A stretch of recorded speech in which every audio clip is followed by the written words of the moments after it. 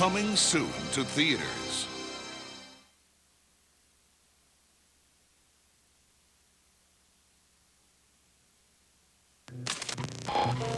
Time it took you to buy your ticket. 3.2 minutes. Time it took you to get your popcorn. 2.5 minutes. Time it took them. Well, let's go. To steal your car. Hello, ladies. 60 seconds. Move, go. Come on, Sway, baby, work your magic. Hold on, I know you ain't gonna do what I think you'll do. Stop!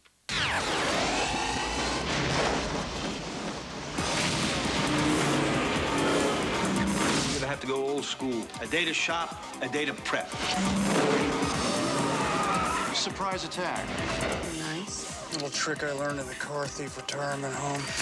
By the time the first car's reported stolen, All this. your ship set sail.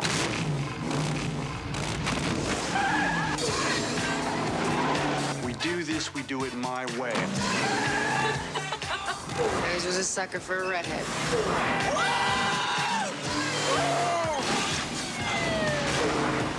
You break it, you buy it, my friend.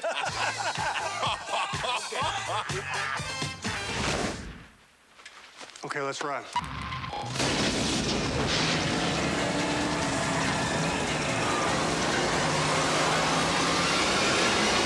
Gone in 60 seconds. What do you think is more exciting, having sex or stealing cars?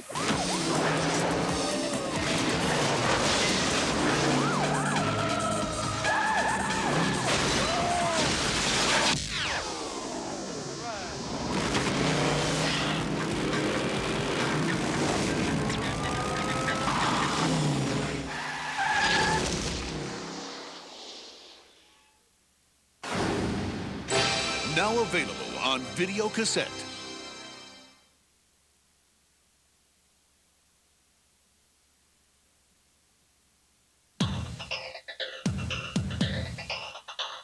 After 50 years of filmmaking, you might think you've seen it all. But don't count on it. Because Warren Miller's latest film takes you beyond the extreme. From death-defying jumps to carving up the slopes of an active volcano. It's the most awesome display of freestyle skiing never before seen on video. Catch the ultimate ski film, 50 years in the making. Warren Miller's 50. Don't miss all the fun and excitement on ABC. Check it out. The best part of having my own TV show is to get to work with such great actors. I mean, to be able to watch Laurie Metcalf work is just astonishing. Honey, could you get me the I like to just focus on her. To watch Laurie Metcalf work is to watch life unfold. I like to observe the little nuances that make her performance so authentic, and that way I can learn to be a better actor myself. Would you leave me alone? Yeah, you're kidding, right? Get out of my trailer! And now, our feature program. If you haven't heard about NASCAR Winston Cup racing, you'll be hearing a lot about it very soon. Of course, it was all started by Bill France Sr. Well, he wanted to put some order in it. He could see that the sport was pretty chaotic. I would have liked to have been there when they started NASCAR and had their visions and actually what was going through the France family's minds and what they thought 50 years would be like. To start the series the way they did and watch it grow into what it's grown, I mean, they obviously had their ducks in a row from day one. They obviously did it the right way, and I think they continue to show that they do things the right way. I think the first NASCAR memory has to be the Daytona race with Petty and Pearson, crashing, coming for the win. I remember that forever. I think I remember because I had a bet on. I was betting on Petty, and I think my brother had Pearson, so that was that stuck in my mind. But then the other Daytona race where they had a fight on the back straightaway with Allison and Yarborough, and I thought that was pretty cool. I was 4 years old, I guess, when he won his 200th win at Daytona, when Ronald Reagan was there and all that. And that was pretty exciting. And being there for that was a prized moment in the Petty family. It's all come down to this one particular lap that he wins the championship, when in reality they spent a whole year trying to win this. I never met Alan or never knew Alan, but you know, a lot of people that I worked around or a lot of people I raced against knew him, you know, when he used to race up in the same area we did. And to go down there by himself and own his own team and win the championship was pretty neat to be from Wisconsin. You know, Dale Earnhardt's, he's been trying to win the Daytona 500 for a long time. Just things have happened, and to see him win it and the reaction from everybody, I mean, everybody was so happy for him. I mean, every crew member on every team was out there giving him vibes and everything. I guess the biggest race that always sticks out in my mind, I guess, is the race between David Pearson and Richard Petty at Daytona. Not that I was only 1 year old during that time, but I got to see a lot of tapes and stuff of it. It's all the old races like that that really makes you be proud to be a part of a great tradition like we're in today, like NASCAR.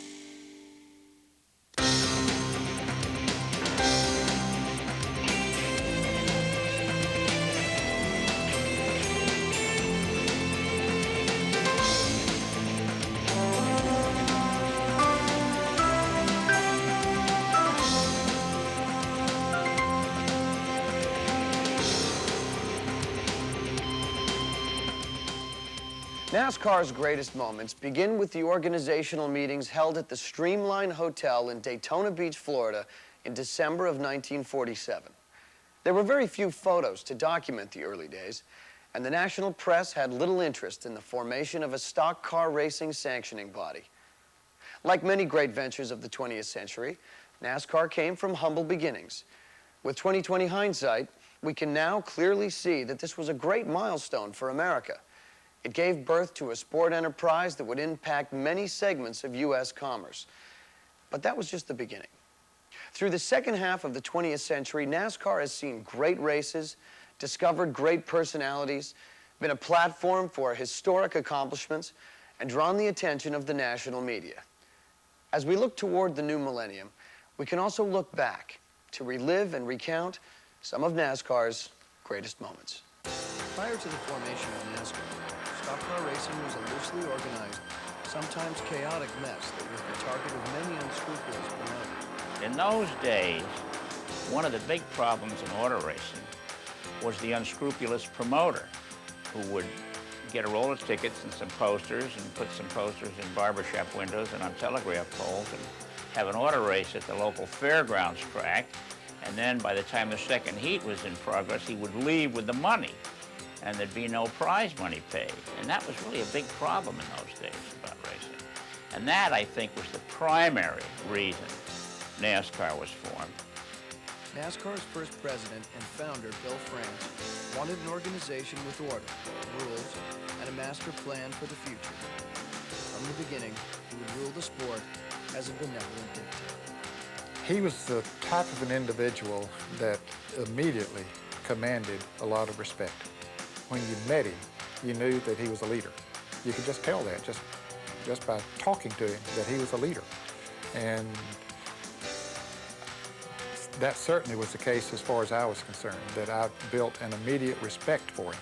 Now, over the years, I didn't always agree with everything that he did and said, but I always had respect for him because he had the best thing going as far as racing was concerned, and he always seemed to have such a vision for the sport, far beyond most anybody else that you could ever meet.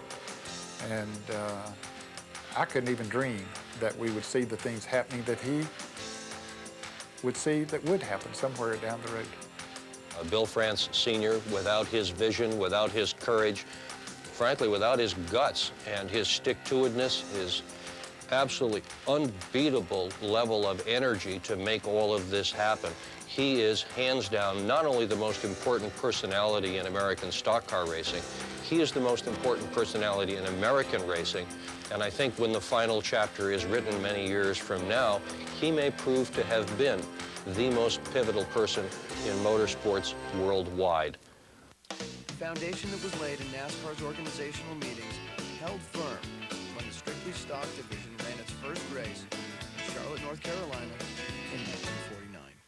Well, I remember when we had the first Winston Cup race, the very first one at the Wilkerson Boulevard, off of Wilkerson Boulevard, the 3/4 mile dirt track there in Charlotte, which is right off of what I guess is Little Rock Road now. And I was guarding the fences for that event. And I'd pull one off. They were trying to cut, they were coming over the fence like ants practically. And that's the winner. I came out of there alive. First race we went to was the first race that they ran in Charlotte in 1949. And I think we drove the car to the racetrack. It was like a 57, 40, 46, 47 Buick four-door. And I can remember driving it over there and then pulling in the service station before we went to the racetrack, jacking it up, greasing it, changing the oil and everything. Then we went on over to the racetrack. And then they ran the race, and they ran about half the race and turned over down there in 3 and 4 and tore the car all to pieces, and we had to thumb a ride home. Jim Roper was declared the winner of the race when Glenn Dunaway's Lincoln failed to pass the post-race inspection. NASCAR's rules were challenged, but were found to be fair and enforceable. There was a really a lot of races. You got to figure that it was the first time that NASCAR looked at running the Winston Cup, or called the Grand National at that time, new model cars. And they had a bunch of people, had a lot more people, I think, than what they was really expecting. And he came off real good, and they wound up, they had a set of rules, and they wound up disqualifying the winner because he'd done a little something different. So they got off on the right track to tell the people that, you know, they were going to run strictly stock cars. Racing on the beach at Daytona predated the formation of NASCAR. Prior to World War II, Bill France was a competitor and organizer of the races held on a temporary course that utilized 2 miles of Daytona's wide, flat beaches, running parallel to Florida Highway A1A. With the formation of NASCAR, the beach races took on added prominence and credibility, and featured several classes of racing that they sanctioned. The February Speed Weeks events were used to build the legend of those who would travel from all over the country to test their driving and mechanical skills against the best that stock car racing had to offer. The beach and road course was a temporary winter haven for lovers of stock car racing. To build the sport nationally, there was a need for a permanent track that would legitimize the competition and give stock car racing fans a place that could compare to the open-wheel mecca of Indianapolis. In 1950, NASCAR sanctioned stock car racing was still in its infancy. Other than the beach and road course, stock cars had only competed on dirt surfaces. Open-wheel racing had Indianapolis as its showplace. To establish national credibility for stock cars, they needed a large, paved oval to call their own. In a small town in South Carolina, a gentleman named Harold Brasington built the Darlington Raceway, a paved oval over 1.25 miles in length. Didn't give it much thought, but just to show you how turn of events sometimes could bring fortune or misfortune. That event, and I'm not sure very many people realize this, was originally going to be a CSRA race. And when they built the track, that's what it was going to be. And they got down to within a short time in front of the events, and they had hardly any entries. CSRA was primarily on dirt at that time. This was going to be an asphalt event. So Harold Brasington called my father and asked him if if NASCAR could come in. And it was really on short notice. Maybe I'd say 6 weeks, could have been a month. But in any event, he said yes, and we had 75 cars, took the green flag that day, and it's been a stock car track ever since. When stock car racers arrived in Darlington in 1950 for the first Southern 500, NASCAR had never competed on an asphalt oval. The 500-mile distance was 2.5 times as long as any stock car contest that NASCAR had ever held. The late Tim Flock had great recollections of Darlington and the first Southern 500. Oh man, what a racetrack. That was our very first big asphalt track. We had been running on the half-mile, what I call, and my brother's bull rings, little half-mile dirt tracks, real dusty. But here comes this big Darlington track, asphalt. I'll never forget, I believe 1950, we went down to the Darlington. I had a Nosmobile 88 to run in the race, and I think Funny run the Hudson, and Bob had a Nosmobile. They qualified and started 75 cars in that very first race, 3 abreast. from the start-finish line, there was so many cars in that race. They went through the fourth turn, almost all the way to the back stretch. That's how many cars started. And when they dropped that flag on that first lap, it looked like about 2,000 New York taxi cabs trying to go in that first turn to be in, first. But we didn't ride like they're riding today in that first race. We didn't know that you'd get up on that bank because it was real rough back then. But they've improved it now. But we run on the inside of the track, and man, it was like running on sandpaper. I blowed 22 tires in the first Darlington Southern 500. There was tires all the way around the track, maybe 2 or 3 inches deep. Everybody was, I think the Cadillac that was in there was Byron or whoever drove that Cadillac. I think they blew 30-something tires in that race. But I think Johnny Mance was driving the little light Plymouth, had truck tires on it, and he finally stayed out there long enough. I think 5 or 6 hours that race lasted, the first one, and Johnny Mance won that first race. This golden moment gave credibility to the fact that stock car racing had the ability to attract a large crowd, and also proved the endurance and competitive capabilities of American-made stock cars. NASCAR was less than 3 years old, but starting to attract national attention. In the years that followed, Darlington and the Southern 500 would become the biggest event on NASCAR's growing schedule that would expand across America with stops from coast to coast. I think recognizing that Darlington had more seats in those days than any other, I think it seated, I want to say 16,000 or maybe 10,000 people, and most of the fairgrounds tracks didn't seat over 3,500 or 4,000. And the purse was bigger than anything anybody had run for before, so he could see the benefits of, of the big events. While Darlington was grand, NASCAR founder Bill France had an even bigger idea. It was shaped like a D, with 31-degree banking in the turns and 2.5 miles in length. The construction of the Daytona International Speedway was the largest motorsports-related construction project in nearly 50 years. Bill France wanted to build a facility that utilized all the information he had gathered in his years of traveling to racetracks from coast to coast. The France family was not wealthy in 1958, and only a decade old, NASCAR was still finding its legs as an organization. To many, building the Daytona International Speedway was a huge risk. But for the France family, it would be the rock-solid foundation that would serve as the launching pad for NASCAR to become the greatest sports success story of the second half of the 20th century. It's pretty amazing when you think of taking a stock car racing sport from dirt tracks, local events, to where it is now. I mean, and it all started with Daytona. I mean, to build Daytona was such a big deal. I mean, I just can't imagine going all the way back to when they were racing on the beach in Daytona, and then all of a sudden say, hey, you know what? We're going to build this 2.5-mile high bank Daytona International Speedway. I mean, that was such a vision right there. And for somebody to have that type of vision, to do that and to see it be as successful as it has been, it doesn't surprise me at all that the whole sport has gotten to where it is.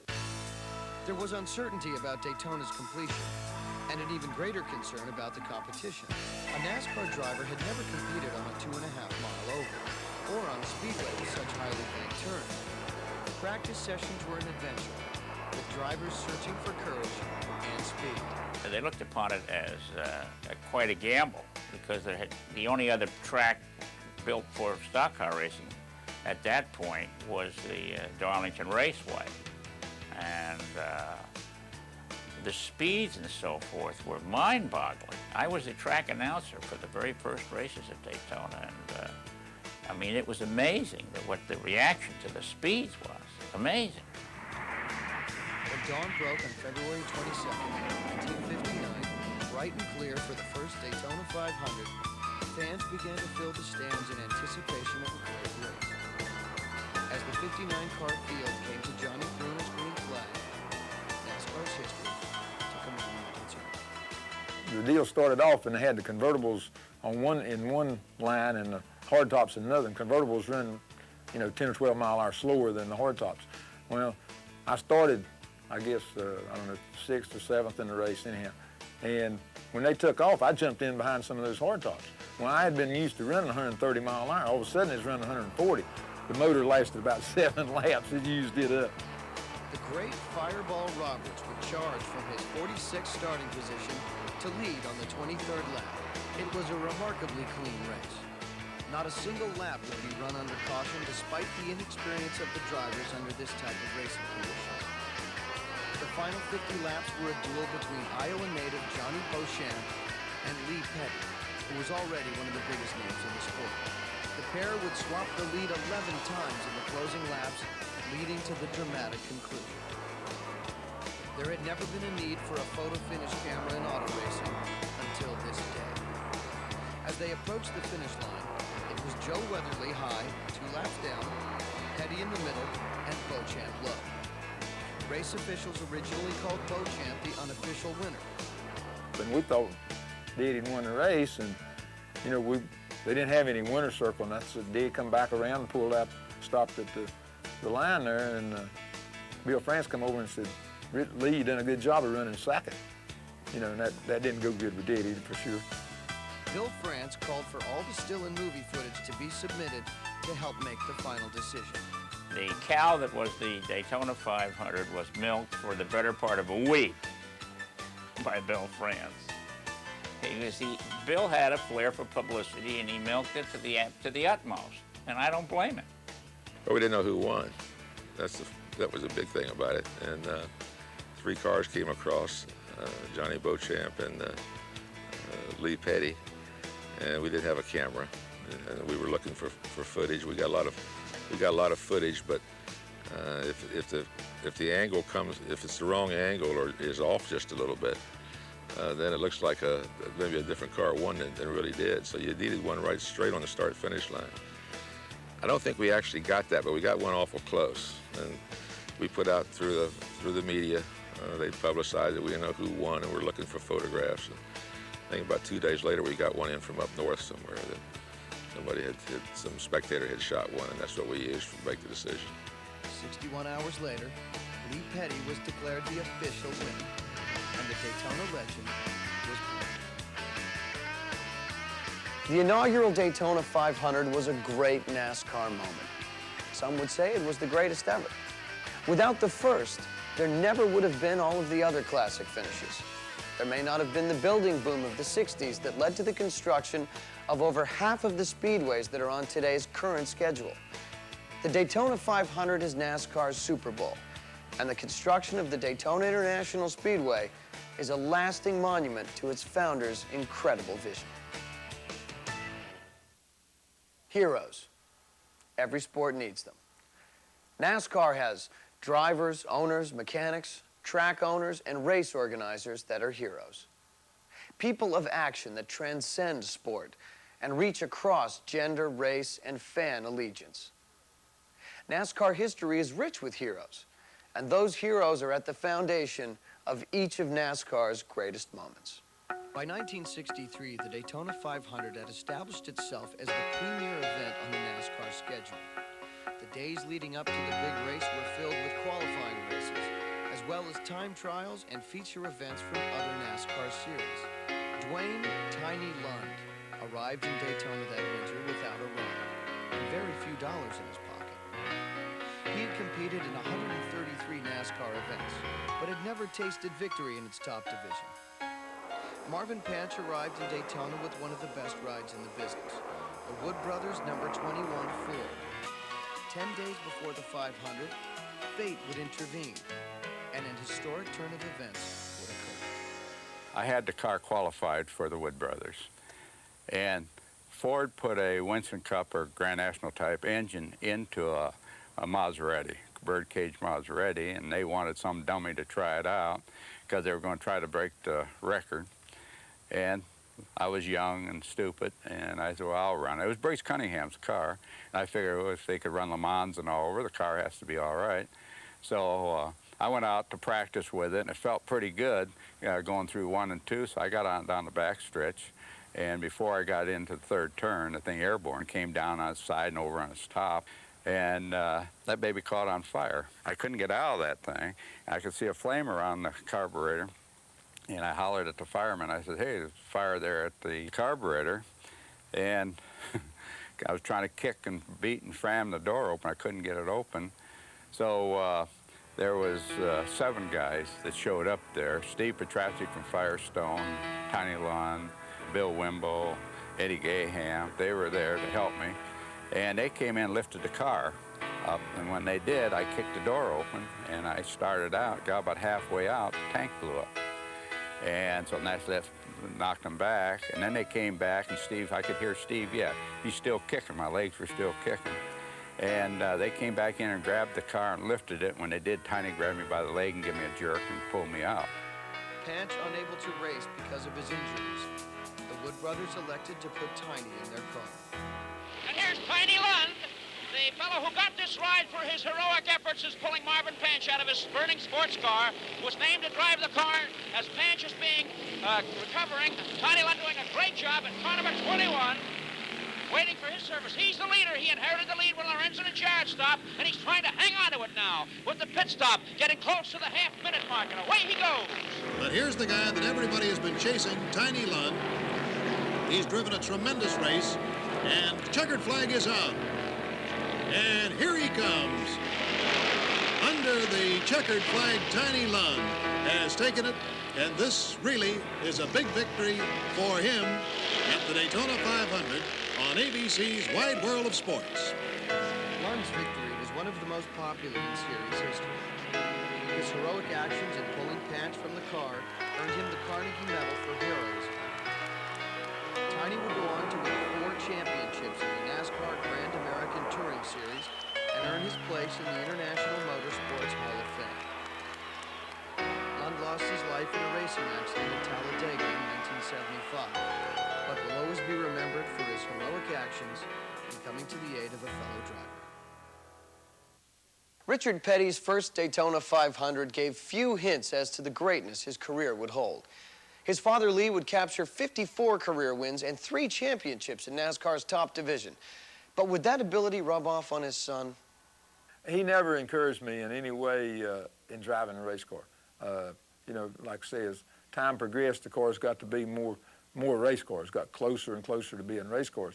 And, you know, I guess I'd say, you know, act like I wanted to drive. And everywhere we went, people said, you know, you going to drive when you grow up? You know, I mean, I said, no, I don't know.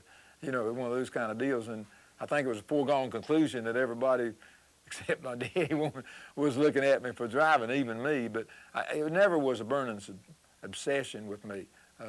I was happy to work on the car, and Dad go out and win the races and stuff, and that was as far as I wanted to go. And then when I got old enough, you know, Dad was still running, still winning championships and stuff, and I said, well, you know, I'd like to try it.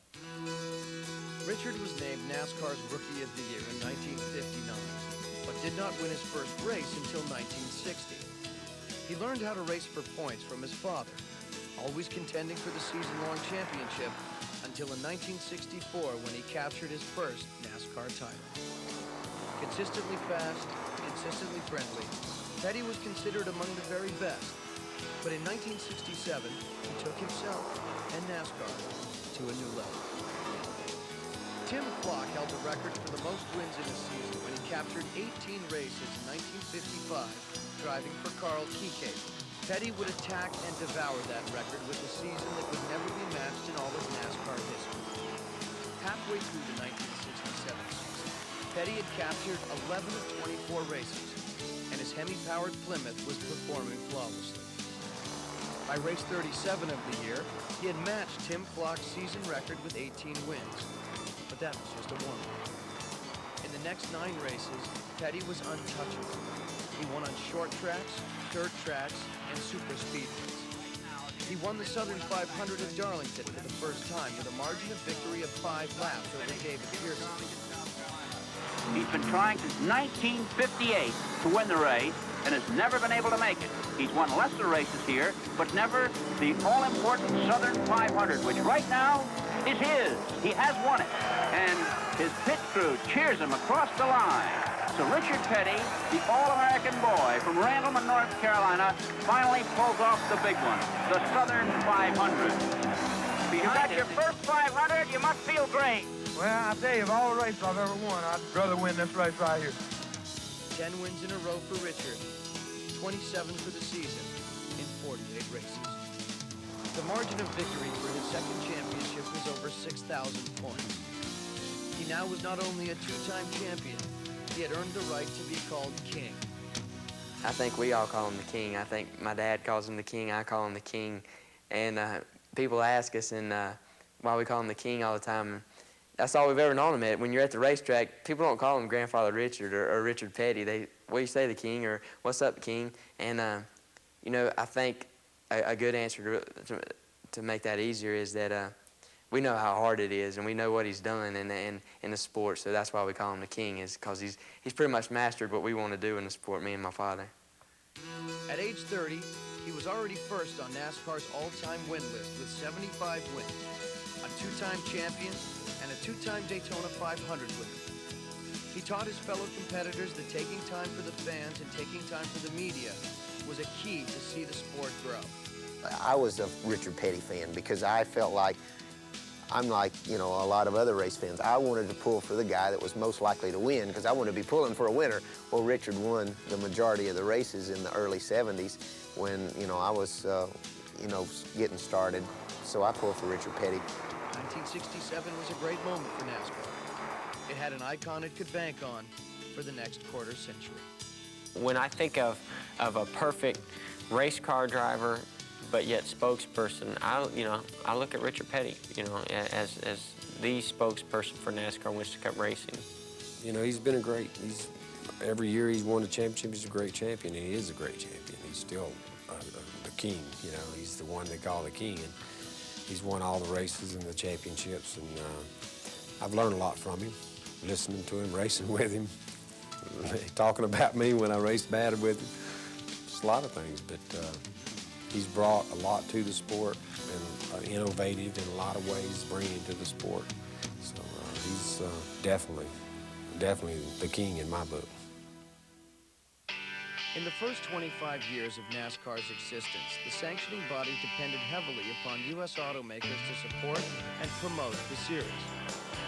From the earliest days of factory support from manufacturers like Hudson and Nash, to the 60s support from Ford and Chrysler, the sport was highly dependent upon Detroit.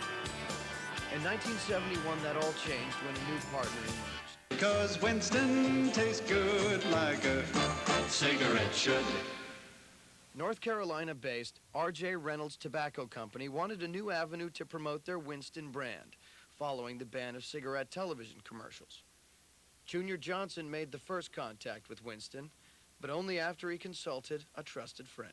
And I was in New York City one night in a hotel, and the phone rang, and Junior Johnson had tracked me down. Junior Johnson had some sort of a lead with a tobacco company, wouldn't say which one it was, it turns out it was R.J. Reynolds, to sponsor his cars. And there was some talk at the time about cigarette advertising on television being iffy. And Junior asked me on the phone if the television camera could erase the sponsorship on the car as it went by. I'll always remember that question.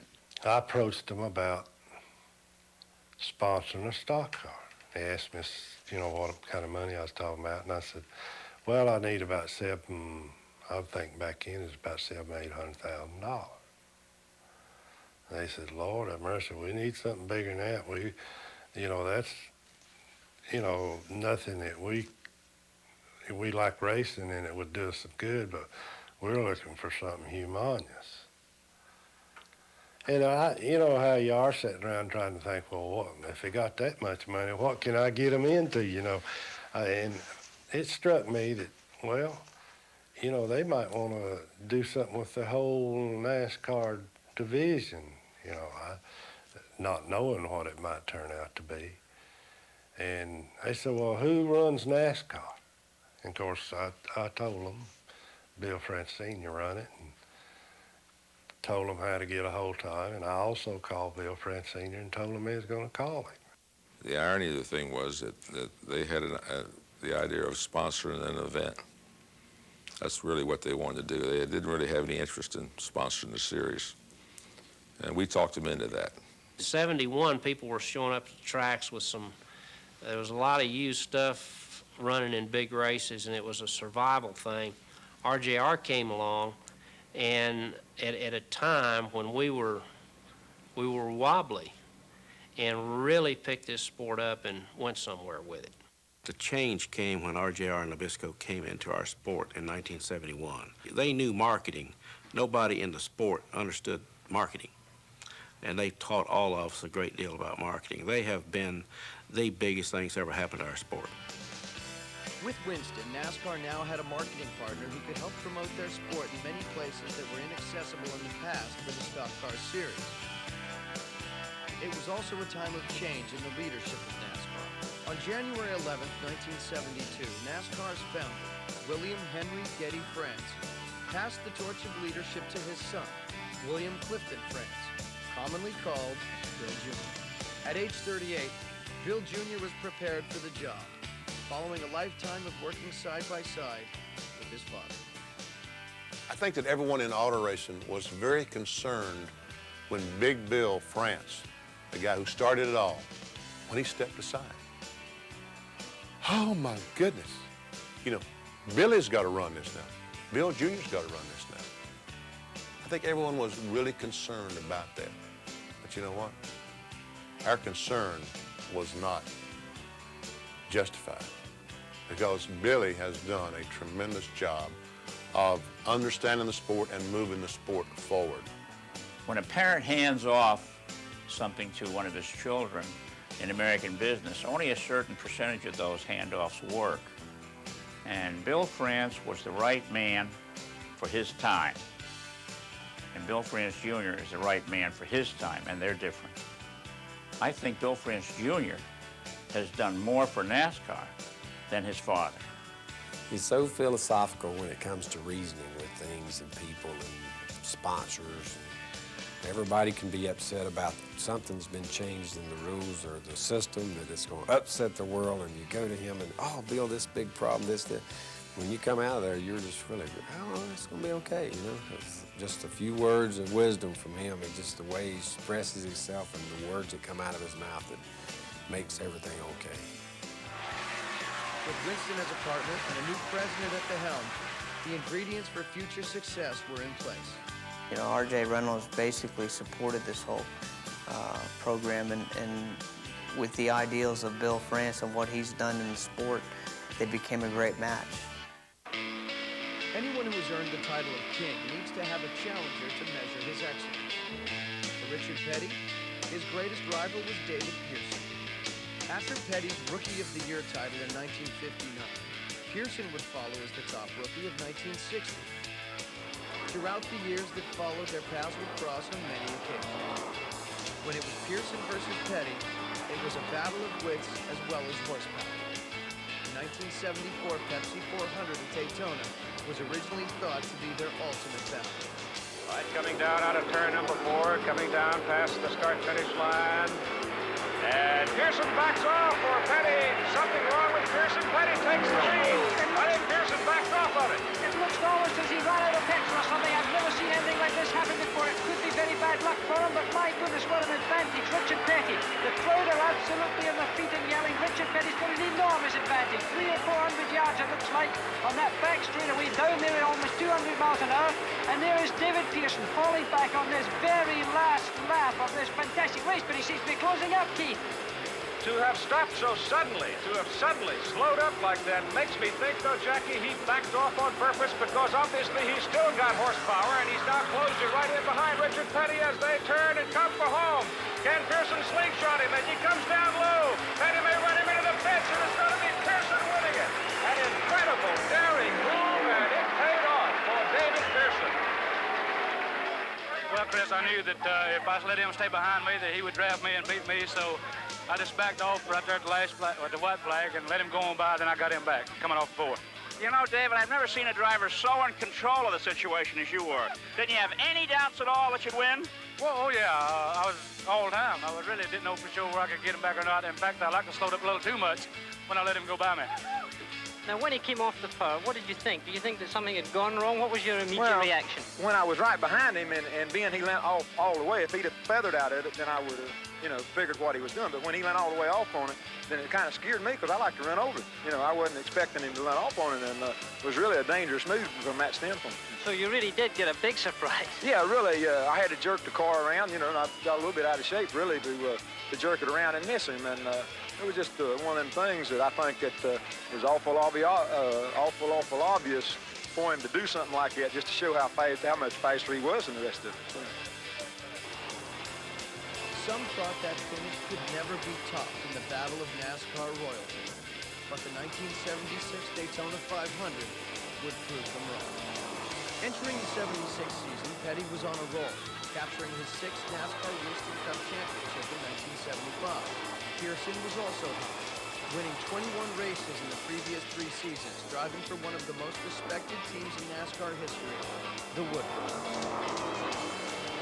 ABC Sports was live at Daytona for the final laps of what is generally acknowledged as the greatest finish in NASCAR history. Everybody is standing here at the Daytona International Speedway. Look at David Pearson. He has moved closer. Can he do it? He's going to pull out now. He's going to try for the top. I don't know. He's down on the inside. He's even. He's got the lead, but there's a car ahead of him. In 1976, we came down to a last lap situation like a lot of the Daytona races had come, and you know, I happened to be leading the race, and Pearson was running second, and I knew he was going to pass me up the backstretch. There wasn't anything I could do about it, and sure enough, here he comes, just motored right on by me. And when he did, he went in the corner and moved up a little bit. When he came up, my left front fender caught his left rear, and that, well, of course, both of us spinning around and everything. I'm sitting there, and that thing's spinning, and it's going toward the start-finish line, and I said, you know, I'm going to win this thing backwards, you know. And he didn't keep his car running, and he stopped right before we got to the finish line, so I turned around and went on across the finish line and won the race. But when I seen him coming up, now I probably could have backed off and let him get in front of me, but I knew that checkered flag was waving, you know. Pearson now has the lead. Petty tries to go back down on the inside as they come out of the 4th turn. They only have about 750 yards to go. Oh! It's a down straightaway. They did hit. Petty smashes into the wall. Will he come across the start-finish line? He's going to win the race. He's going to win it spinning, as he, I believe, will take the checkered flag. No, he did not make it. He is less than 100 yards from it. Here comes Pearson. Pearson is going to try to make it across the finish line. Petty has his car going. Pearson's going to win it. Oh, gosh, Randall, he wins the race. What a finish for a motor race. I've never seen anything like that. It's unbelievable. Richard, I guess, is one of the closest friends I got, as far as that goes. I hope he is anyway. But no, we didn't fuss about it. As far as I know, I don't reckon we've ever fussed about anything, you know. But now we have beat and banged a lot. But we never did spin each other out for a meanest. That was another one of the incidents that was a bad incident from my standpoint, and probably Pearson's too, but he went up winning. But it was good for racing because everybody wanted to see it again. Everybody wanted to know about it. Everybody wanted to know what happened. So it wasn't a deal where on Monday it said Pearson wins and Petty runs second. It kept it in the paper for a lot of different times, and we've been hashing it around for all these years. So it had to be a big deal, and really was a big plus for Winston Cup racing. Bill France's marvelous creation at Daytona had once again produced a dramatic finish, with the 2 biggest winners in NASCAR history at the absolute peak of their skills. NASCAR's greatest moment? I say yes, but there are even more great moments ahead. For the first 30 years of NASCAR's existence, television coverage of the sport consisted mainly of edited highlights shown on ABC's Wide World of Sports. In the mid-70s, ABC would cut in live for the conclusion of big events, like the Southern 500 and the Daytona 500. But airtime was too precious to set aside a 4-hour block to show an entire race. But NASCAR was not alone in that fact. With only 3 networks broadcasting with limited airtime, many major sports were neglected. In 1979, CBS Sports made a bold move. They would broadcast the Daytona 500 live from start to finish, and the stars of NASCAR did not disappoint. I'm not sure that we really knew what to expect televising a 500-mile race from start to finish on the CBS network. Now, certainly we prepared ourselves in every way that we could as far as the drivers' records and knowing. Of course, I knew all the drivers then, so that helped me tremendously. But I think that that's one of the greatest breakthroughs that our sport has had because it was live all over the United States. Terrible weather day, especially in the Northeast that day. They were snowed in, couldn't do anything else except watch the race on television, and so it got a good audience that day. And then to have the type of event that we had. Cale Yarborough came into the Daytona 500 with a lot of momentum. He had just captured his unprecedented third consecutive NASCAR Winston Cup championship driving for Junior Jones. As the race unfolded, it turned into a final lap shootout between Yarborough and Donnie Allison. I felt like I knew where he was going to try to pass me. Strangely enough, when we started off turn 2 and I saw him go down, it surprised me a little bit. When I pulled out to go around Donnie, going down the backstretch on the last lap, making my slingshot move on him, he just eased me right on off the racetrack. I did not run him in the grass. We hit very hard side to side, and then when he went in the grass the last time... I certainly tried to keep it away from Donnie, because if I could have got it straight, I still had a chance of winning the race. You know, he was still in the throttle wide open. I was never out of the racetrack yet. I was still on pavement the whole time. And really and truthfully, at that time, I said, well, you son of a gun, when we crash up here, we both will be wide open. Donnie Allison throws the block. Cale hits him. He slides. Donnie Allison slides. They hit again. They drive into the turn. They're hitting the wall. They're head on the wall. They slide down to the inside. Let's watch those third-place cars. They're out of it. Petty is out in front at the line. Walter to the inside. Petty wins it. There's a fight between Cale Yarborough and Donnie Allison. When he hit Bobby, Bobby's still sitting in the seat. You know, I just felt like I was being double-teamed. So I grabbed Cale by the arm and I turned him around. I said, if you want to fight, I'm the one you ought to be fighting with. And believe me, Cale Yarborough to this day wish he never would have walked over and slapped Bobby. It was live on CBS. The cameras were right on us, and they say, you know, these are real people. And I think it's one of the best things ever happened to the sport.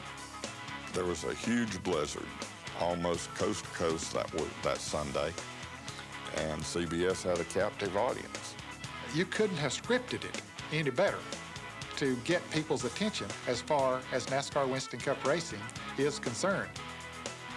We wrecked on the last lap of the Daytona 500, then they end up in the third and fourth turn fighting and throwing helmets at each other. So I think that created a lot of interest, not only for racers, but the fans to say, hey, you know, this is pretty interesting. We better check on this and watch.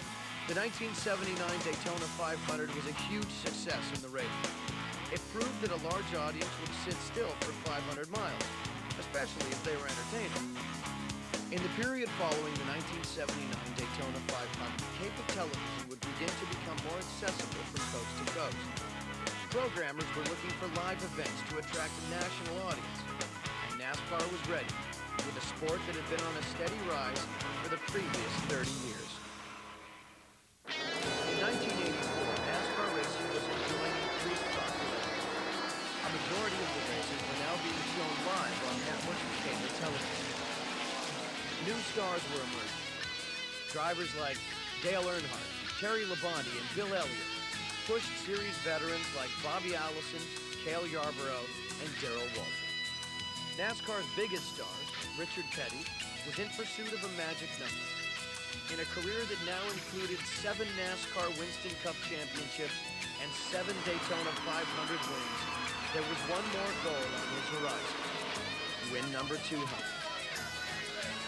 Win number 199 came at Dover in May. In the next 4 races, Petty would finish no better than 13th. But his optimism was high because the next race on the schedule was at Daytona, the track that helped make him the king. For the first time in NASCAR history, a sitting president of the United States would visit Daytona for America's biggest Independence Day celebration. President Ronald Reagan gave the starting command from Air Force One as he traveled toward the Florida coastline. All right, gentlemen, start your engines. 8 different drivers took turns at the point of the Pepsi Firecracker 400 in the early stages, but the final quarter of the race boiled down to a duel between Cale Yarborough and Petty. ABC Sports was on hand once again for this historic occasion. Lap 150, and a car is spun out. Doug Heveren's car is spun out in turn 1. So now the yellow caution flag may be coming out. Indeed, as I look just below us, the yellow caution flag is going to come out. This will, in all intents and purposes, perhaps be the last lap of the race. The rule requires them to solidify under the caution at the beginning of the next lap. It's an incredible situation. Now, are they going to race to the line? This is an interesting rules situation, Jim. You are allowed to race to the line once the yellow has come out. Cale Yarborough did that. Richard Petty is counterattacking. This may be the race that we're looking at here as they sweep up into traffic. A highly dangerous situation. Coming down the front straight. Here they are, Sam. They will come across the yellow line just about together, but Petty had the lead. By the nose of the car, Richard Petty was just in front of Cale Yarborough as they came across the line. You've been around this sport so long that you may not get terribly excited at the prospect of winning a race, but was there a little extra thrill in winning, knowing that the #1 fan was here today? Well, definitely. 200 is very, very important, but under the circumstances, with all the presidents that's ever been in the United States, this is the first one that's ever showed up at a racetrack. So everybody's got to go from that, from racing standpoint, and I wanted to be the one that was able to welcome him to Grand National Racing. It's sort of a Hollywood script that nobody would believe, nobody would buy, because here I am, a big Republican, big Reagan fan anyway, and here we are, the 4th of July, coming for the 200th win, and you win it on the last fast lap. I mean, it wasn't on the last lap, but the last lap you run under green. Nobody would believe that stuff. Oh, it was a great day. When Ronald Reagan came, it was the first time we've had a sitting president at one of our events. It was just a great day for the sport, all the sports. I was 4 years old, I guess, when he won his 200th win at Daytona, when Ronald Reagan was there and all that. And that was pretty exciting. And being there for that, and for that, that was a prized moment in the Petty family. That was a great accomplishment for anybody, and to have the president there to witness that, and just the support that he gave the sport, I think that really gave a lot of national attention to NASCAR racing, and to a great career that Richard Petty had. It was a day for the history books. Perfect conditions, increased mainstream media attention to the race because of President Reagan's presence, and Richard Petty achieving a crowning moment to his career. No doubt, one of NASCAR's greatest moments. Hello, I'm Jason Priestley, and this is NASCAR's Greatest Moments. In R.J. Reynolds' 14th year of sponsorship in NASCAR, a new awards program was introduced. It was called the Winston Million. $1 million bonus would be paid to any driver who might be able to win 3 of the 4 NASCAR Crown Jewel events: the Daytona 500, the Winston 500 at Talladega, the Coca-Cola World 600 at Charlotte, or the Southern 500. Only 2 drivers in NASCAR history had accomplished that feat: Leroy Yarborough in 1969 and David Pearson in 1976. A most unlikely candidate for the $1 million prize emerged from the red clay hills of Dawsonville, Georgia. We had some great drivers from Georgia for so long, and then we had a dry period there, and he came out of the Georgia mountains with his brothers and taught us a lot, taught everybody a lot about how to get from 0 to 60 real fast. Bill Elliott was entering his 10th season of NASCAR competition with just 4 career wins to his credit. His Harry Melling-owned team was a family operation, with horsepower supplied by Bill's brother Ernie's engine. You got to understand, the way I grew up and the background that I came from was, I worked hard on a race car, and if a race car ran good, then it got attention, and that was kind of the only way. I didn't have the luxury of doing it the other way, and that's the things that we worked hard to do. We came here, we worked a lot of long nights, all night, whatever it took to do what we needed to do, and that's what helped us get us to the next step. Elliott served notice at the Daytona 500 that he was taking his assault on the Winston Million seriously. He dominated speedways, winning the pole, a 125-mile qualifying race, and leading 136 of the 200 laps that make up the Daytona 500. 9 weeks later at Talladega, Elliott would pull off one of the most amazing feats in motorsport history. After dominating the early stages of the Winston 500, Elliott was forced to the pits for a green flag pit stop on lap 48, suffering from an oil leak. With repairs made, Elliott returned to the track nearly 5 miles behind the leader. In less than 100 laps of flat-out green flag racing, Elliott caught and passed the leaders to make up the deficit and go on to win the Winston 500 at a new 500-mile race record of 186.288 miles per hour. Elliott's first shot at winning the million came at Charlotte in the World 600. But Elliott was relegated to an 18th place finish after suffering a number of mechanical problems. When Elliott arrived at Darlington for the Labor Day Classic, he was the center of attention. It was at that time and remains the greatest media craze I've ever seen at a racetrack. A lot of people absolutely would not leave the man alone. He would crawl under the race car. He works on his own race car. There was a camera or a microphone under the race car with him. And Bill has admitted in years since he didn't know how to handle it. And I've written and expressed it this way: I'm very surprised that his hair didn't fall out like Roger Maris's did when he was chasing Babe Ruth's home run record in '61. That's how tough the situation was. When the green flag fell on the 36th Southern 500, Elliott grabbed the early lead in the pole position starting spot.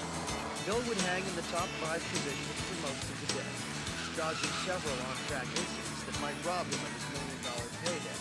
In the final stages of the 4-hour marathon race, Cale Yarborough looked to be Elliott's most serious contender. While leading on lap 323, Yarborough's Ford erupted in smoke as a broken power steering hose poured hot fluid on his engine. Elliott avoided disaster and went on to lead the final 44 laps as he headed for the history books. Bill Elliott is racing into the record books. Bill Elliott is going toward immortality. Bill Elliott gets the checkered flag. Bill Elliott has won an additional $1 million in 1985. The victory lane was just dazzling. It absolutely was dazzling. These dollar bills were falling on our heads, and everybody was just so excited. It was a dramatic, exciting, fun moment. I think that was one of the pivotal moments in Winston Cup racing to that point. But it didn't end there. The thing I think that impressed me the most about the day was not what I experienced in Victory Lane, but what I experienced driving to the airport at Charlotte. Because people all the way to Charlotte were on their porches, and they were celebrating, and they had signs, and they had banners, and it was as if the whole state of first South Carolina, then North Carolina, were celebrating this dramatic sports event that had happened right in their own backyard. It's a day I'll never forget.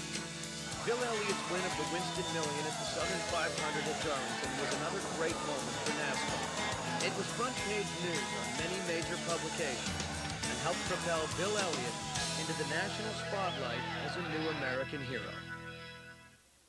NASCAR has always been a family-oriented sport. Its founder, Bill France, always wanted his family members to be involved in the day-to-day operation of the growing sanctioning body.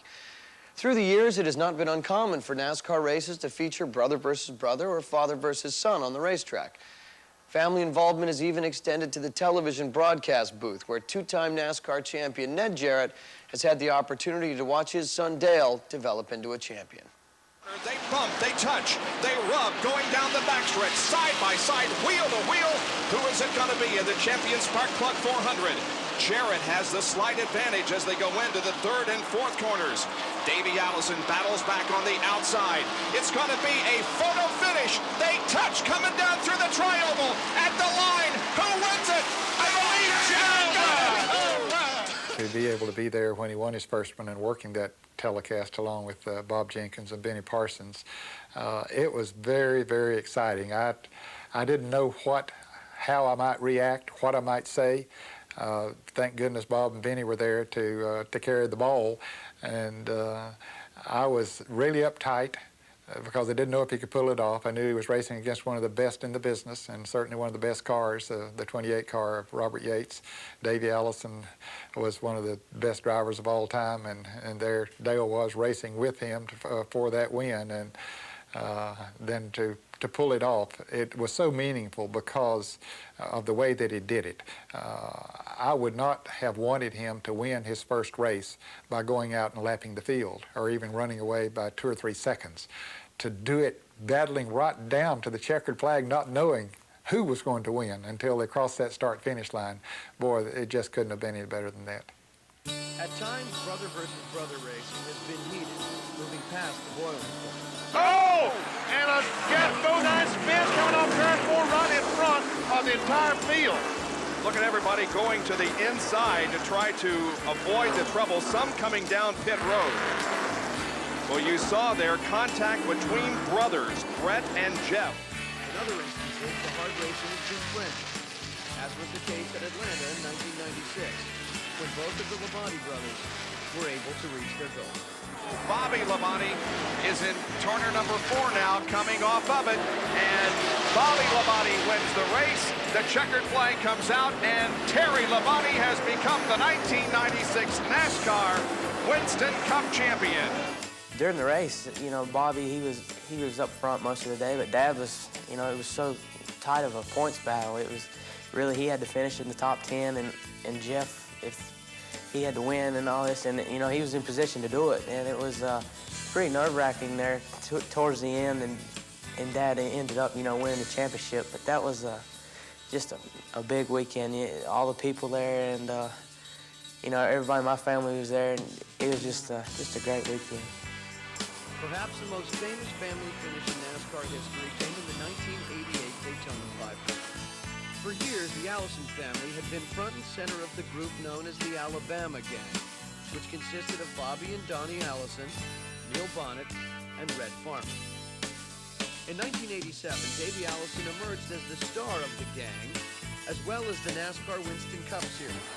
He became the first rookie in NASCAR history to win 2 races on his way to the Rookie of the Year title. From their second and third starting positions, Davey and Bobby were near the front of the pack all day for the 88 Daytona 500. As the final laps unfolded, it was apparent it would be a history-making day.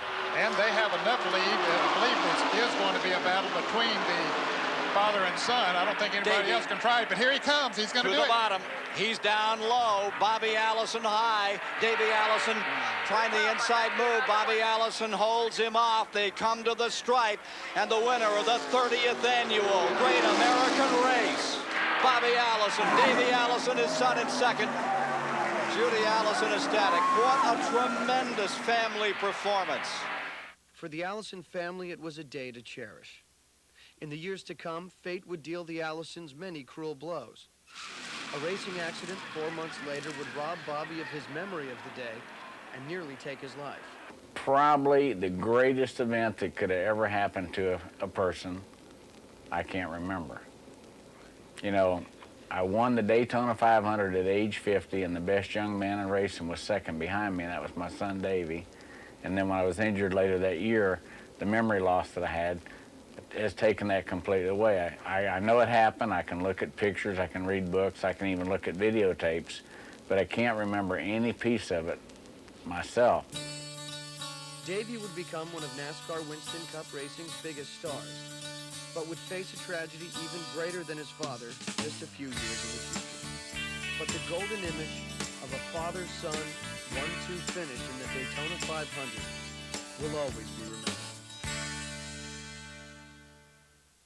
Few seasons in NASCAR Winston Cup history will be able to match 1992.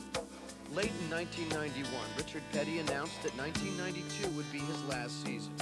It would be called his Fan Appreciation Tour, giving fans at each stop of the NASCAR Winston Cup Tour the opportunity for one last chance to watch the King in action. From Martinsville to Sonoma, his loyal subjects paid tribute. He attracted fans from all segments of society. President George Bush came to visit at Daytona in July as Petty ran his last race at the track he had helped to open 33 years earlier. He electrified the crowd when he put his STP Pontiac in the lead early in the race, rekindling memories of his exemplary career one last time in the world-famous Tri-Oval.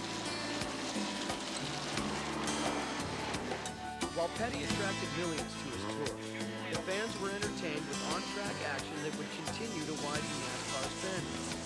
In the season opener, Davey Allison captured the Daytona 500 with his father on hand to celebrate a return to glory for the Alabama gang. Bill Elliott reeled off 4 consecutive wins for legendary car owner Junior Johnson. Allison and Elliott would contend for the NASCAR Winston Cup title all season long. In a season that featured spectacular racing action and incredible escapes from horrifying accidents. Davey is, and he's upside down. Into the guardrail, side over side, end over end, and Davey Allison has experienced a horrifying crash. With $1 million paycheck awaiting the champion, the battle for the Winston Cup was intense. As the series headed for the season finale in Atlanta at the Hooters 500, there were 6 drivers with a mathematical chance at the title. In an historic footnote to the day, Jeff Gordon made his first career Winston Cup start for Hendrick Motorsports. That was Richard Petty's last race, and at the drivers' meeting, he gave every driver that started that race a money clip that had, it said Richard Petty's, final race, had the date on it, had a sort of a emblem of the king on it, and then had, 21st, your starting position, and I believe it even had my name on it, and I put that in the safe right away. Davey Allison came into the race as the points leader, needing only to finish 5th or better to clinch his first title. Davey was running just where he needed to be when the hands of fate slapped the trophy around his straps. Davey Allison is in the crash, Bob. Oh, Ernie Irvin, and it's all over for Davey Allison. No, it's not over yet. I don't think he hit him that hard, maybe. Well, he hit pretty well, I think. He's got a lot of damage to the right side of the car. Ernie Irvin spinning, coming off of corner number 4. Davey has got his car moving. Yeah, he's trying to pull away. But he can't steer it. But it won't turn. It won't turn. The right front will not work. Oh, no, the right front won't work. He's broken the tie rod end off the car, so when they turn the steering wheel, the right front tire won't turn. And there he's a lap down. And now it's going to come down to 2. Will it be Alan Kowicki or Bill Elliott?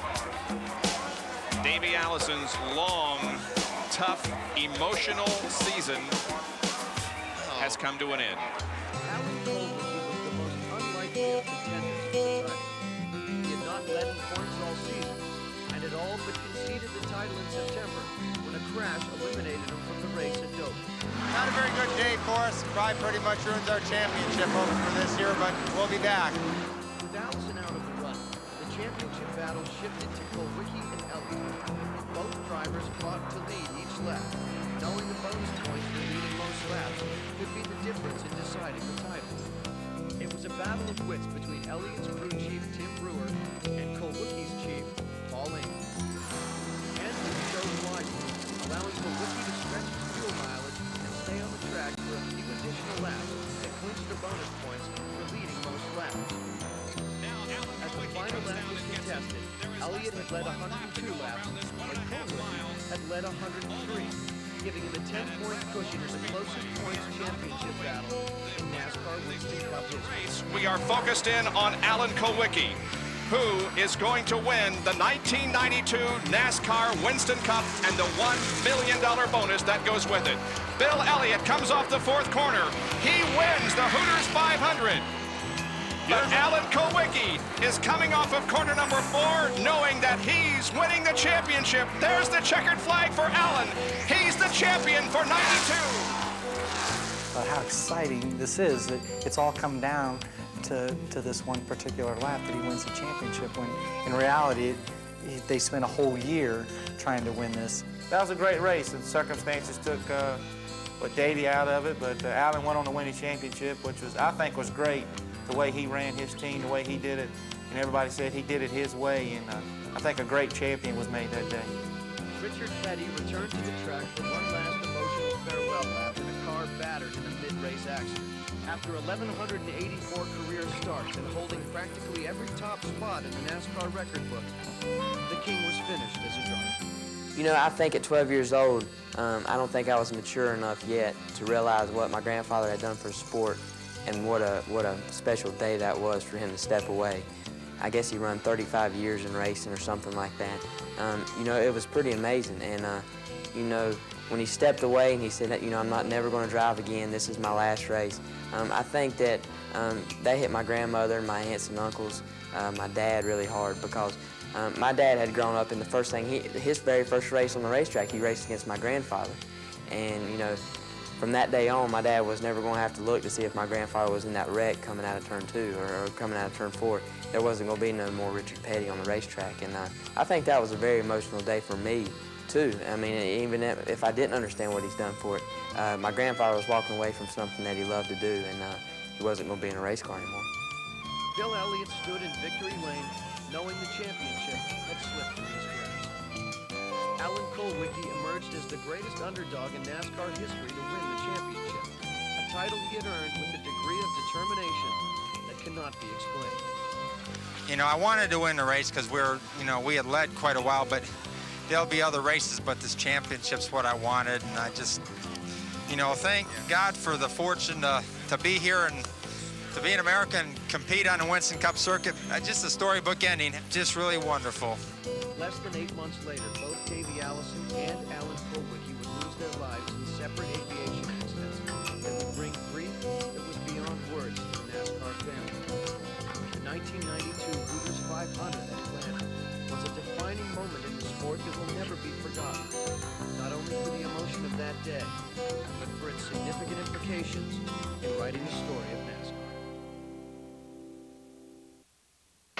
Drivers have had more impact on NASCAR history than Dale Earnhardt. His father, Ralph, was a short track legend in the Carolinas and a winner of a national championship in NASCAR's Sportsman Series in 1956. Earnhardt was raised in the school of racing's hard knocks and felt his short track education would serve him well in NASCAR's Elite Series by sticking with the style that brought him to the big show. Growing up in racing around my dad, of course, everything he ever said either came true or was the way to do it in the end after you made all the mistakes. Well, if I did it the way Dad said do it, it would have worked out okay. But he was really the guiding force in my life and direction of which way I was going in racing or whatever. He was such a determined individual that whatever it took, I mean, he would do it just to go racing.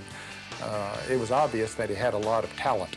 There was no doubt about that, and certainly his dedication to the sport. He had been taught well by his dad as far as work habits were concerned, and his dad made him learn about that race car, everything about it, and that was good, has been good for him all through his career. A lot of similarities between Ralph and Dale in the way they drove. They both could run dirt extremely well, and I think that his prowess on dirt made him a great asphalt driver, particularly when the track got slick and the car got loose and wanted to skate. He was in his element then, and he could go places very few other drivers could go. He could go up in those gray areas where the angels fear to tread and the great race drivers can go. He arrived in the NASCAR Winston Cup Series in 1979 at the age of 28 with an immediate impact. On his way to the Rookie of the Year title, he won at Bristol in just his 16th start. In 1980, he captured his first NASCAR Winston Cup title in only his second year in the series, a feat that has never been matched. We won the championship and we Rookie of the Year in '79, and it was just like we was having a great time. Doug Richard's young team, of course, Jake Elder was there part of the time and was a big molding factor in my career. But Doug Richard and Dave D'Ambrosio and all these young guys at Osterlund we're just having a big time in '80 and winning some races and racing hard and having fun. And we went to Ontario racing Kel Yarborough and Junior Johnson for the championship, and really didn't realize what we were doing and what we had the opportunity to maybe accomplish, and tried to do everything we could to give the thing away. Got lapped and unlapped herself, had bad pit stops and everything. Ended up finishing 5th and winning the points championship by just a little bit, and didn't realize what we had really accomplished. You sit and think about it today, and you beat Kel Yarborough and Junior Johnson, and you're just a bunch of rookies. Shouldn't have happened. In the next 15 years, he would accumulate more wins and earn more money than any other driver in the series. He won championships with his Richard Childress-owned teams in 1986, 87, 90, 91, and 93. He did it with a brash, bold style that rubbed many competitors the wrong way. But the fans loved his intimidating style and made him a millionaire many times over in merchandising sales. People wanted something with Dale Earnhardt's name on it, wanted a picture, a hat, a T-shirt. And through that, then the Goodwrench program took off with the advertising and the promotions we did. We'd go into the autograph session, promotions with the dealers. It just was amazing that you could do that, make a commercial and do something like that and bring out 4,000 and 5,000 people to these autograph sessions. It was just amazing. As the 1994 season unfolded, Earnhardt was on the trail of the king, seeking a record-tying 7th NASCAR Winston Cup championship. It was an achievement that many thought would never be matched. But Earnhardt was relentless in his pursuit. Reeling off consistent finishes at the top of the leaderboard, he built a point lead that was so long, he was able to clinch the title at Rocky, 2 races before the season finale at Atlanta. His accomplishments helped NASCAR reach new heights in popularity. Dale Earnhardt came along when Richard Petty was going out, and we needed greatly a new superstar. And he filled that void and became a different kind of a hero than Richard Petty was. Became the Intimidator, the Man in Black, and sold a lot of tickets for us and got a lot of TV ratings up there, and truly became one of the great drivers of all time, not just stock cars, but any kind of auto racing. I think I'm really proud of just being a part of NASCAR, being a part of our racing world.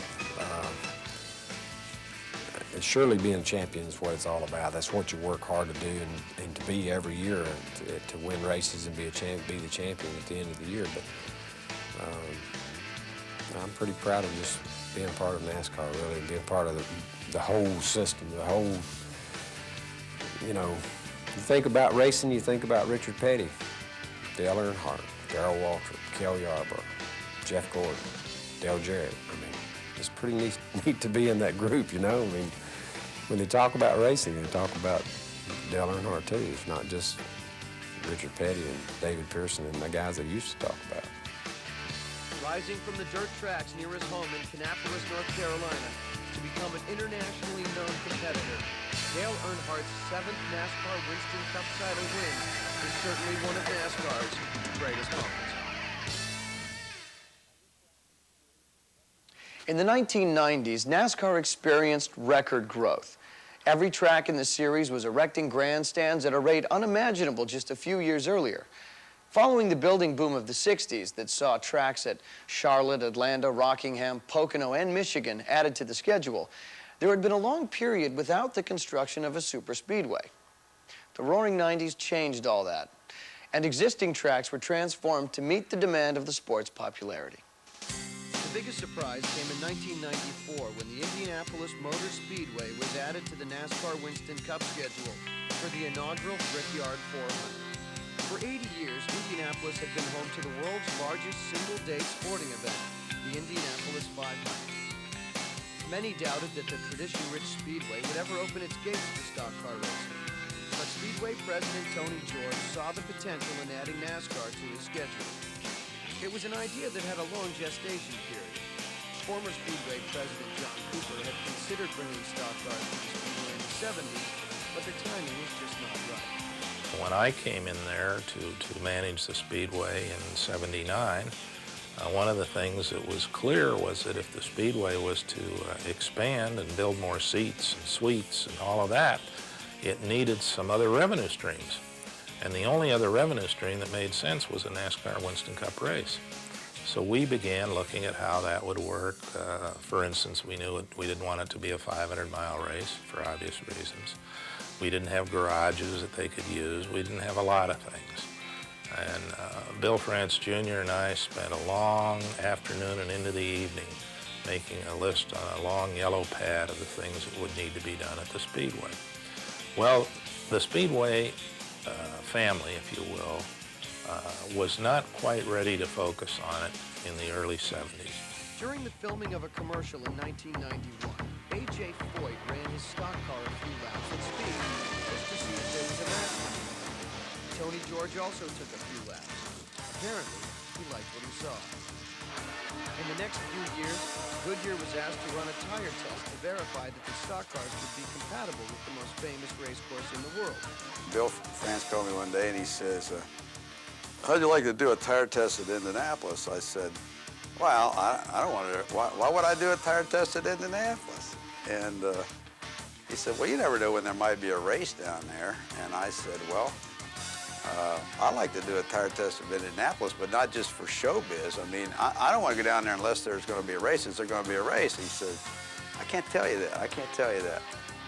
It was a rousing success, with thousands of fans responding to the opportunity with enthusiasm. With all the plans in place, Tony George made the historic announcement. There will be a NASCAR Winston Cup stock car event here at the Indianapolis Motor Speedway, August 4th, 5th, 6th of August, 1994. The name of the event will be Brickyard 400, and it will be a 400-mile, 160-lap race. It's official. The good old boys will soon become the Indy boys. It is now official. The Winston Cup drivers will race at Indy. They'll do it next year. The 400-mile Brickyard 400 set for August 6th. 1994. Officials have announced that there will be a NASCAR event run August 6th of 1994 in Indianapolis. They're saying it's the end of tradition or maybe a new tradition beginning now, because by next year, the Indianapolis Motor Speedway will be about 80 years old. Until now, the track has been used strictly for the Indy 500. But now the famed Brickyard is about to add another major event. The inaugural race was a huge success, selling out all the grandstand seats in just a few days. And the green is out.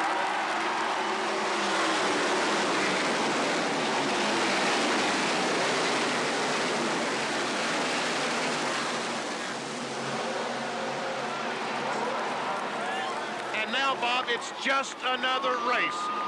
All the hype is over. These guys now can worry about winning the first Brickyard. It was not only the inaugural Brickyard 400, but it was an exciting race right down the finish, battling with Ernie Irvan. You know, he really came on strong. My car was a little bit loose when he was behind me, and here we were back and forth, back and forth. Oh, here we go. Ernie slipped going in one. Ernie slips, and Jeff Gordon gets alongside. That wasn't on orders from the crew. That was because Ernie missed the entrance to turn one, and Jeff saw it and immediately went for the hole. And something's wrong with Ernie. Something has happened to the 28 car, Bob. Irvin slows down and is going to lose second position. A tire. He's got a tire going down. Irvin drops off the pace, and now Brett Bodine goes into second. Ernie Irvin heads for the warm-up lane, and Jeff Gordon has the lead. In a storybook finish, Jeff Gordon, who was raised in nearby Pittsboro, Indiana, captured the race and made believers of everyone that NASCAR had a place in Indianapolis history. Listen to the crowd as they acknowledge Jeff Gordon when he goes by. It's an unbelievable situation in Indianapolis. Here he is in the fourth turn. This is his final trip around turn number 4. And Jeff Gordon is about to write his name in the racing history books. Years from today, when 79 stock car races have been run here, we'll remember the name. Jeff Gordon, winner of the inaugural Brickyard 400. Man, oh man, oh man. Jeff is screaming on his radio back to the pit crew. Oh my God, I did it! I did it! When that race was over, I'd never seen so many people stand up. And I don't think it mattered just whether it was Jeff Gordon. I think, you know, the inaugural event, the winner of that race was gonna get an applause like that. But I think being from Indiana made it even that much more special, not only for me, but for the fans there also. In the years that followed, the event would continue to grow into one of the biggest stops on the NASCAR Tour. For stock cars to run at the Brickyard was a pretty new thing back on 1994, and then me growing up watching the Indy 500, my parents used to go there a lot in the 70s and 80s to watch those races, and for me to be able to run at Indianapolis Motor Speedway, you know, who'd have ever thought? You know, this is just a dream that has come true, that we've been living it up pretty good here the last few years. And to be able to run at the Brickyard and run as good as we did there was very amazing to me to even be a part of it. And just looking forward to going back now each and every year. With the success of the Brickyard 400, NASCAR's momentum was strong enough to push for greater expansion into the West. Southern California had played host for many years to NASCAR Winston Cup racing at the Riverside International Raceway, a 2.6-mile road course. Dan Gurney dominated the competition at Riverside in the early years, winning 5 times in the mid-60s. For many years, Riverside was the only road course on the NASCAR Winston Cup schedule, but it provided a great opportunity for NASCAR's best to display their road racing skills. In 1988, Rusty Wallace captured the final race at Riverside as the track gave way for new housing developments and shopping centers. Many wondered if stock car racing would ever return. In 1997, that question was answered with a resounding yes with the opening of the California Speedway. This new state-of-the-art facility provided NASCAR with a world-class venue in America's second biggest market. And the sellout crowd offered proof NASCAR would be successful in every region of the country. The white flag waves for Jeff Gordon. 1 more lap to go. 2 miles to victory. Will it be Gordon or will it be Labonte? Or will Jeff Gordon run out of fuel on the last lap? He's safely through the second corner. Down the backstretch, Ray Evernham has his fingers crossed. The interval stays about the same down the backstretch. And Mark Martin apparently is out of gas as Jeff Gordon sets the car into the third corner. Mark Martin goes by the front stretch, coaches as cars go by. Here comes Jeff Gordon off the corner. Bob, I do believe he's going to make it. Let's see if he can do it. He's going to do it. Jeff Gordon wins the California 500 presented by Napa. And the Rainbow Warriors celebrate another victory. We need the great arenas to keep pace with the NFL and the NBA. We need places like California and Texas Motor Speedway and Las Vegas. I mean, all these new venues. 1 year later, NASCAR struck gold in another major market with the success of the Las Vegas 400. It is hard to describe the atmosphere here. Big sporting events are nothing new to the city of Las Vegas, but nothing has ever been quite this big. 107,000 people are here. The race was sold out in less than a day. They're set for racing at the Las Vegas Motor Speedway, and the green flag waves. The entertainment capital of America embraced NASCAR Winston Cup racing with the largest crowd for a sporting event in Nevada history. Let's see what happens on this final lap. Jeff Burton gains 2 tenths of a second. Again, that last lap, we can see Jeff Burton behind the 2 lap cars of Schrader and Bobby Hamilton. Mark Martin goes on to the backstretch. He's halfway around. Burton indeed is coming on strong, but I'm not sure he's got enough to do it. It doesn't look like he will. Mark Martin now in turn number 4. Here he is. The crowd is on its feet cheering for the winner of the inaugural Las Vegas 400, Mark Martin. The sport had grown remarkably from the days of its foundation, and there was no slowing down in sight. Since its incredible opening race in 1959, the Daytona 500 has been the crown jewel event for NASCAR. While a few drivers have been able to dominate the race, like Richard Petty with 7 wins, Cale Yarborough with 4, and Bobby Allison with 3, others have struggled mightily. For 16 years, Darrell Waltrip left Daytona empty-handed. He had won multiple championships, and at practically every circuit on the schedule, but never the Daytona 500. But in 1989, Waltrip finally found the magic he needed to capture the win in his 17th try. It was one of the most memorable victory lane celebrations in NASCAR history. Won the Daytona 500! I won the Daytona 500! Darrell, how long? Wait. This is the Daytona 500, isn't it? Don't tell me it isn't. Thank God! Knowing that he had tried and had done everything but win that. I can remember the most is dancing victory lane, you know, and throwing his helmet. It's like, he's pretty excited. So now I really know how excited he was, and that could be classified as one of the greatest moments. Again, knowing Darrell and Darrell coming from Owensboro and us following his footsteps. For Jeff Gordon, winning at Daytona has provided him with some of the greatest memories in his already remarkable career. There's no doubt that the biggest win in my career has been the Daytona 500. You know, you can win championships, you can win a lot of races, but until you win the Daytona 500, your career really isn't complete. In 1998, NASCAR opened its 50th anniversary season with one of the most popular victories in history. Dale Earnhardt had been making the trip to Daytona for 20 years. He had become the Speedway's all-time win leader, with first-place finishes in the Pepsi 400, the NASCAR Busch Grand National Series, and IROC. He was unbeatable in the 125-mile qualifying races with numerous consecutive victories, but could never overcome terrible racing luck in the 500. The 1990 Daytona 500 produced the biggest upset winner in event history, but it was at the expense of Earnhardt. Earnhardt's car blows up! Earnhardt blows a tire in turn number 3! Derek Cope down to the inside, Terry Labonte second as Dale Earnhardt slides back into the 4th position. Off the corner, it's Derek Cope. But here comes Terry Labonte. He looks to the inside. Derek Cope covers the spot. Earnhardt's not a factor here. Cope hold off the challenge of Labonte. Derek Cope wins the Daytona 500 in a remarkable upset here at the World Center of Racing. In an interview in late 1997, Earnhardt seemed almost resigned to the fact he may not win the series' biggest event. In the 50 years of NASCAR, what would you want to accomplish? Well, if you was involved all that time. Well, sure, you'd want to win a championship, but you'd want to win the Daytona 500 too, wouldn't you?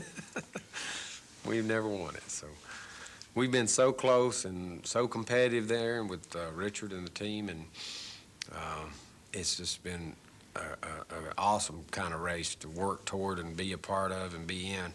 And to not ever win it is really, you know, it's a tough deal, but still, it's not the only deal in my life. Like I said, I mean, there's hurdles you get over, and there's some you don't, and if you don't, you just keep trying till you do. And that's my philosophy on it, is I'm just keep trying till I do. Dale Earnhardt has never backed down from a challenge. After 20 years of hard work, he was determined not to let the 1998 Daytona 500 slip from his grasp.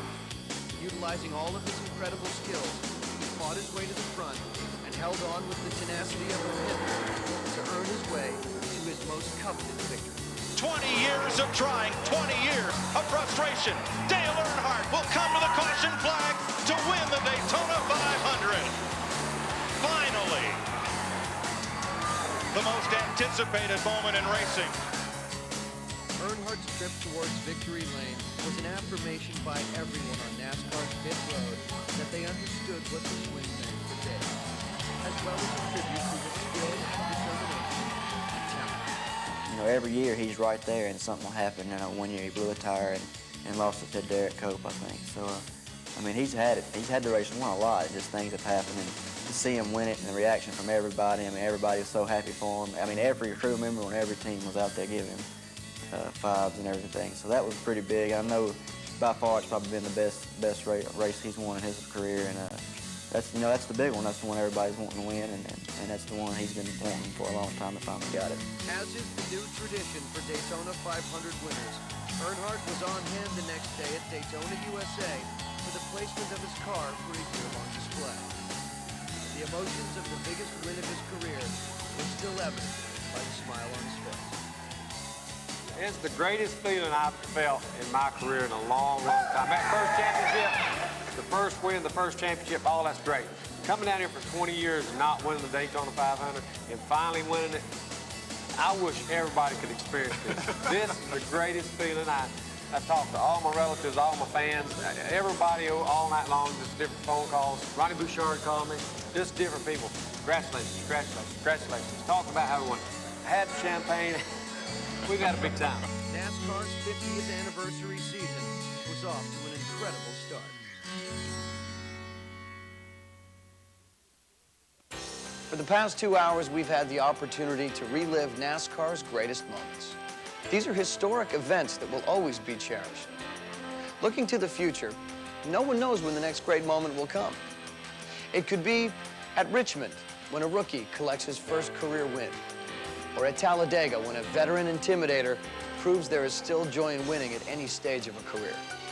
It could be the crowning of a new series champion with a rich family heritage, or just the thrill of watching NASCAR's incredible competition. As we race into the new millennium, NASCAR's future is bright because of great drivers, talented mechanics, progressive track owners and operators, committed sponsors, and successful car owners. But the future glows brightest because of the love affair NASCAR has always enjoyed with its loyal fans. Whether they're seated in a choice spot in Bristol or camping at Watkins Glen, perched high in a tower at Daytona or in the infield at Atlanta, it is the fans' loyal devotion to the drivers and sport that have fueled the fire of the sport's brilliant past and brighter future. For NASCAR's greatest moments, I'm Jason Priestley.